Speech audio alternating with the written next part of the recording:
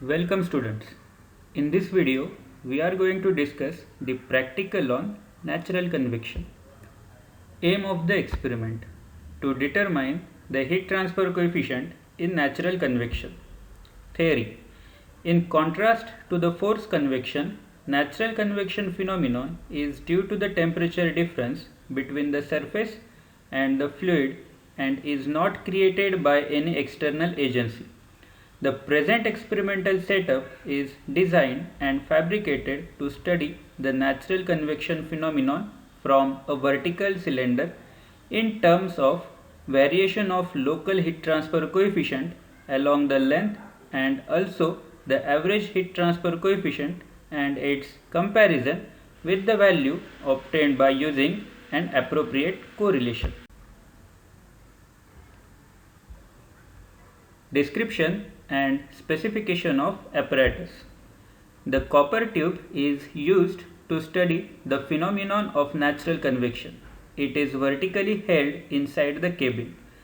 6 thermocouples are placed on it in vertically equal distance at exactly center of the wooden box. Heater is held vertically inside the tube in which the air gap is present between the heater and the copper tube. By neglecting resistance of air passage, we directly take the reading of copper tube. Heater is constantly heating the copper tube. As air is passing from the bottom of the box, moves upward side of the box due to the less density of the air. We are using K-type thermocouples for the measurement of temperature, in which 6 thermocouples are used for the measurement of outer surface temperature of copper tube and one sensor is used to measure the ambient temperature. Temperature indicator is a digital indicator used to indicate the temperature at the respective thermocouple and the power input to the heater. Dimmer stat is used to change the input power. Specifications: temperature indicator range is in between 0 to 200 degrees Celsius. Diameter of copper tube is 0.038 meter. Length of copper tube is. Procedure: adjust the power input to the heater to 100 watt, that is 0.1 Kelvin. Temperatures along the cylinder surface will start increasing. Wait till all the temperatures become stable. This may take 1 to 2 hours. When steady state is reached, note down the readings. Precautions: keep dimmer stat to 0 before start.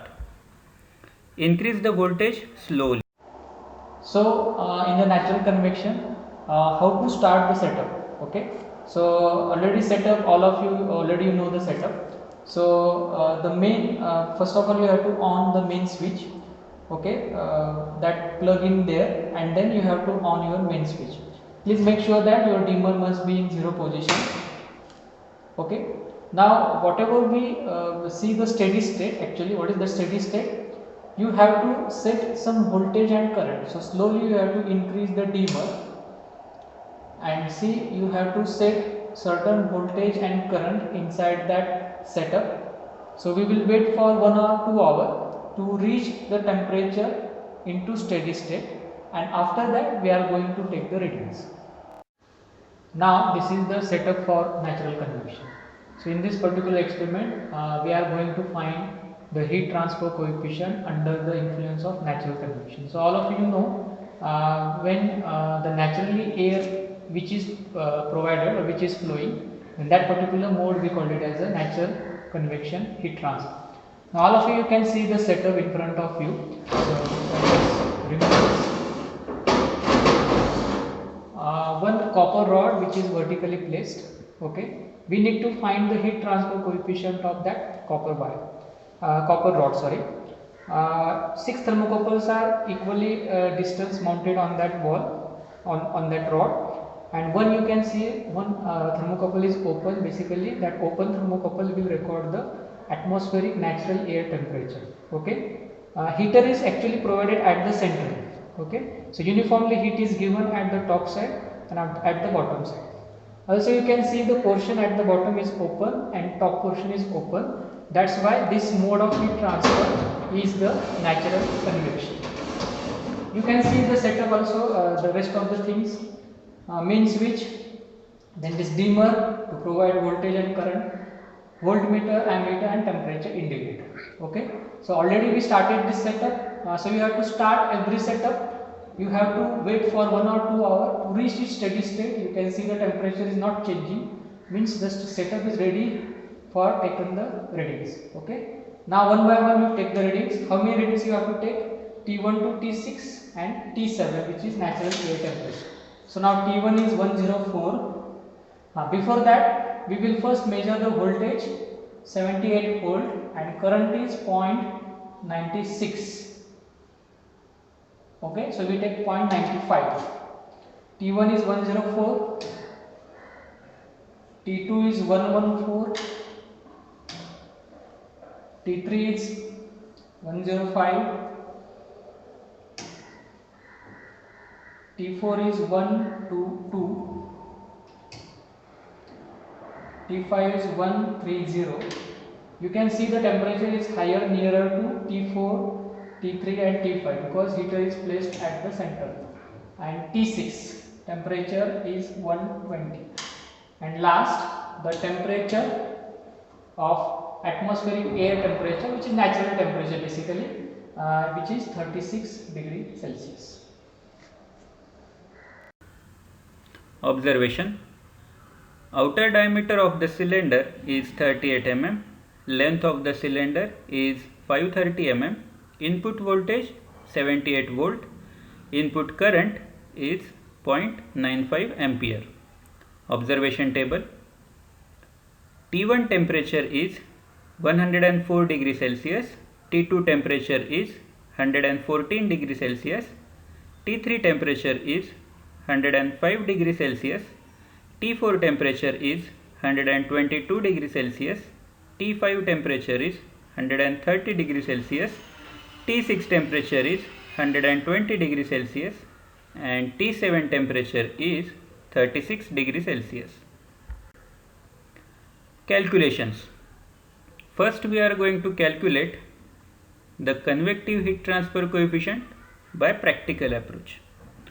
Formula to calculate the convective heat transfer coefficient is Q divided by area into Ts minus T infinity, and the unit is watt per meter square Kelvin, where Q is the heater input, which is equals to 74.1 watt.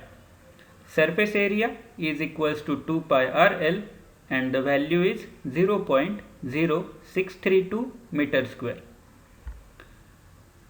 Surface temperature or average surface temperature is equal to 115.83 degrees Celsius. Hence, the convective heat transfer coefficient value by practical approach is equal to 14.687 watt per meter square Kelvin. Now, theoretical heat transfer coefficient. To calculate the theoretical heat transfer coefficient, we need to calculate the Nusselt number. So, to calculate the Nusselt number, we require Rayleigh's number. Rayleigh's number is dependent on Grashoff's and Prandtl number. Hence, first of all, we are going to calculate the Grashoff's number, and to calculate the Grashoff's number, we required the thermal expansion coefficient. So that thermal expansion coefficient is depend on the mean film temperature.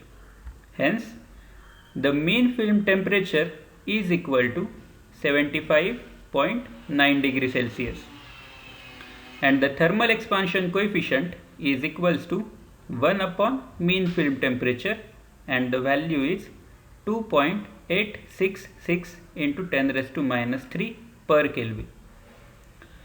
Properties of air at mean film temperature. So the density of air at 75 degrees Celsius is 1.0139 unit is kg per meter cube. Thermal conductivity of the air at 75 degrees Celsius is 0.0296 and the unit is watt per meter Kelvin. Kinematic viscosity of the air at 75 degrees Celsius is 2.0444 into 10 raised to minus 5 meter square per second. Prandtl number of air at 75 degrees Celsius is equals to 0.7073. The value of Grashoff's number is equal to 7.9947 into 10 raised to 8. With the help of Grashoff's number and Prandtl number, we can calculate the Rayleigh's number, and the value is 5.6547 into 10 raised to 8. Once we get the value of Rayleigh's number, we can use a correlation for the Nusselt number, and the correlation is Nusselt number is equals to 0.59 into Rayleigh's raised to 1 by 3. Hence, the Nusselt number value is 487.89.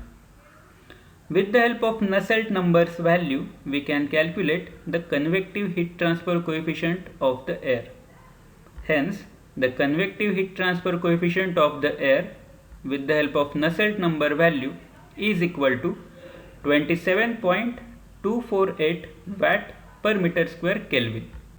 Results: practical heat transfer coefficient is 14.68 watt per meter square Kelvin and theoretical heat transfer coefficient is 27.248 watt per meter square Kelvin. Thank you.